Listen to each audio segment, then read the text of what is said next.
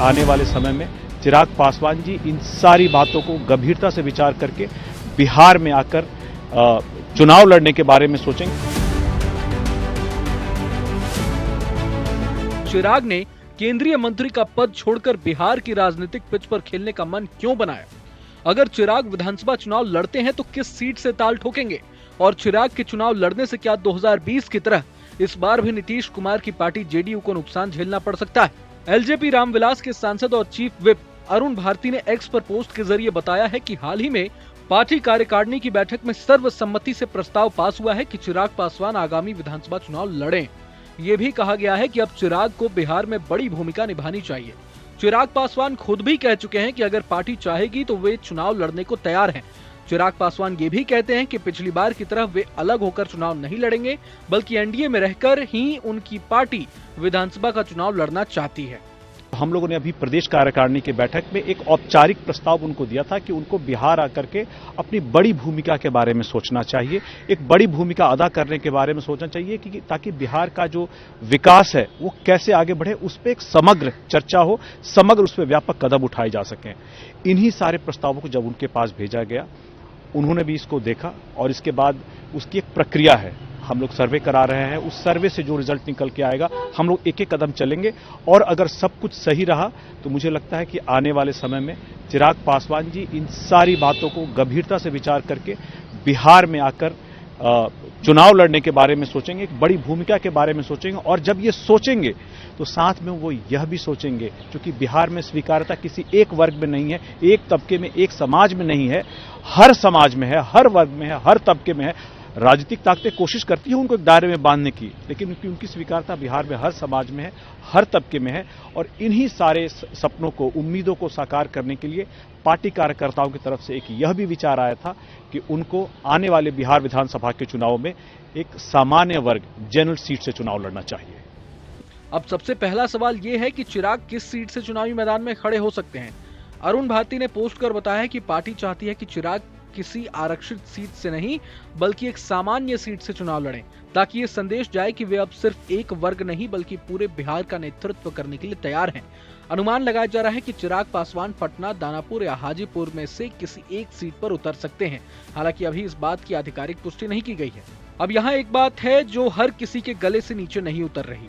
Confusion इस बात को लेकर है कि क्या चिराग महज कुछ महीनों के बाद ही केंद्रीय मंत्री पद का त्याग कर बिहार की राजनीति में बगैर किसी बड़े लक्ष्य के उतर जाएंगे, ये जानते हुए कि आगामी विधानसभा चुनाव सीएम नीतीश कुमार के नेतृत्व में ही लड़ा जाएगा। सीएम पद एलजेपी के हाथ में है ही नहीं, 2 डिप्टी सीएम की सीमा भी बीजेपी के बाद खत्म हो जाती है।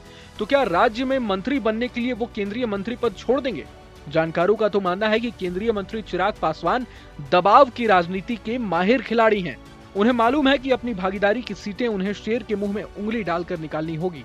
कहा जा रहा है कि लोजपा 50 सीटों पर चुनाव लड़ने की तैयारी कर रही है और ये चिराग पासवान भी जानते हैं कि इतनी सीटें लेना आसान नहीं है, क्योंकि जेडीयू पहले से ही 100 सीटों का गोटी सेट करके बैठी हुई है।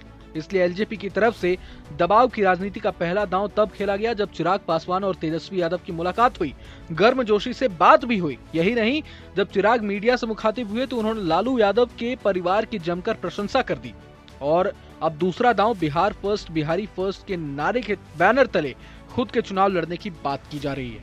पॉलिटिकल एक्सपर्ट्स का तो मानना है कि चिराग की पार्टी की तरफ से महज सीट बंटवारे से पहले प्रेशर पॉलिटिक्स की जा रही है। चिराग 50 से 60 सीटों पर लड़ने के लिए दबाव बनाने की कोशिश कर रहे हैं, लेकिन ये लड़ाई इतनी आसान नहीं होने वाली। बिहार में एनडीए खेमे की बात की जाए तो बीजेपी के अलावा जेडीयू, हम, राष्ट्रीय लोक मोर्चा जैसी पार्टियां पहले से ही शामिल है। जेडीयू पहले से ही 100 सीटों पर लड़ने का दावा ठोक रही है। चिराग को भी पता है कि इतनी सीटें मिलनी मुश्किल है। वो जानते हैं कि अगर उन्हें 20 से 25 सीटें भी मिलती हैं और लोकसभा की तरह उनकी पार्टी का अचीवमेंट 100% रहता है तो वे किंग मेकर की भूमिका में आ जाएंगे। अभी तक एनडीए में यही चर्चा होती रही है कि 243 सीटों में बीजेपी और जेडीयू 100 सीटों पर लड़ेंगे। बची 43 सीटों में ही बाकी सहयोगी दलों को सीटें मिलेंगी। उपेंद्र कुशवाहा की पार्टी आरएलएम, जीतन राम मांझी की पार्टी हिंदुस्तानी आवाम मोर्चा के अलावा चिराग पासवान की लोजपा आर में 43 सीटें बटेंगी। ऐसे में चिराग पासवान का किंग बनना तो आसान नहीं है, लेकिन किंग मेकर की भूमिका में वे आ सकते हैं। यहाँ एक पॉइंट और उठता है, अगर सीट बंटवारे के तहत एलजेपी के खाते में ज्यादा सीटें गिरती है तो लाजमी है कि कटौती तो जेडीयू समेत बाकी दलों के कोटे की सीटों में से ही होगी। मतलब नुकसान नीतीश कुमार को झेलना पड़ सकता है।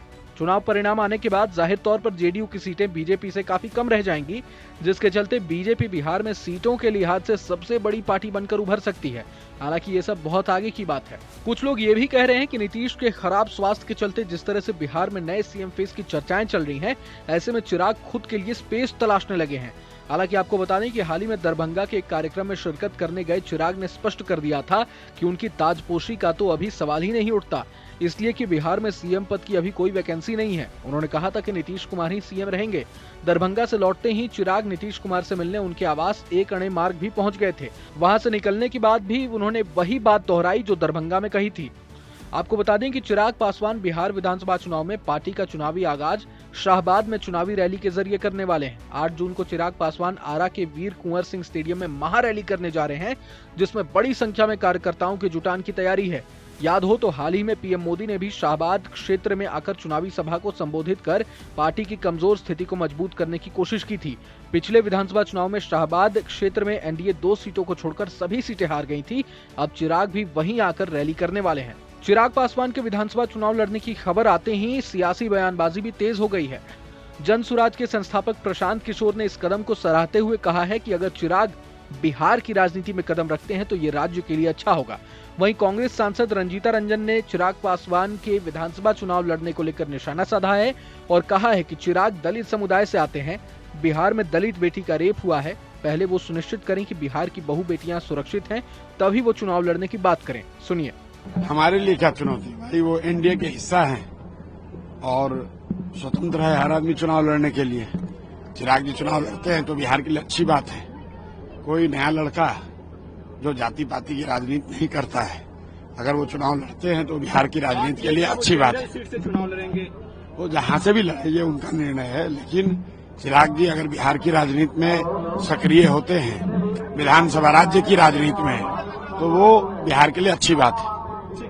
देखिए, मैं कहूंगी कि बिहार का कोई भी मुख्यमंत्री बने, कोई भी डेब्यू करे, लोग कह रहे हैं कि उनका डेब्यू होने वाला है। अभी आज ही सुबह 31 को सुबह 9 साल की दलित पासवान बच्ची का रेप के बाद डेथ हो गई है, क्योंकि उसको इलाज की सुविधा नहीं मिली, क्योंकि उसको कानून का संरक्षण नहीं मिला, क्योंकि उसको सुशासन नहीं मिला।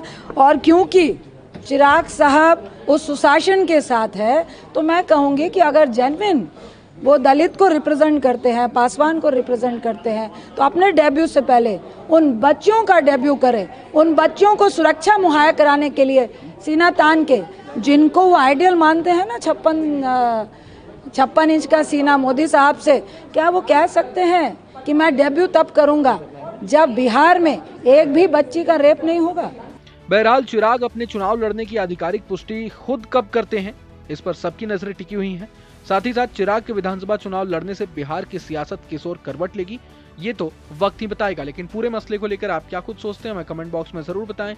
अगर आपको ये वीडियो पसंद आए तो लाइक करें और चैनल को सब्सक्राइब करें। वहीं तमाम बड़ी खबरों के लिए देखते रहें न्यूज़ नेशन।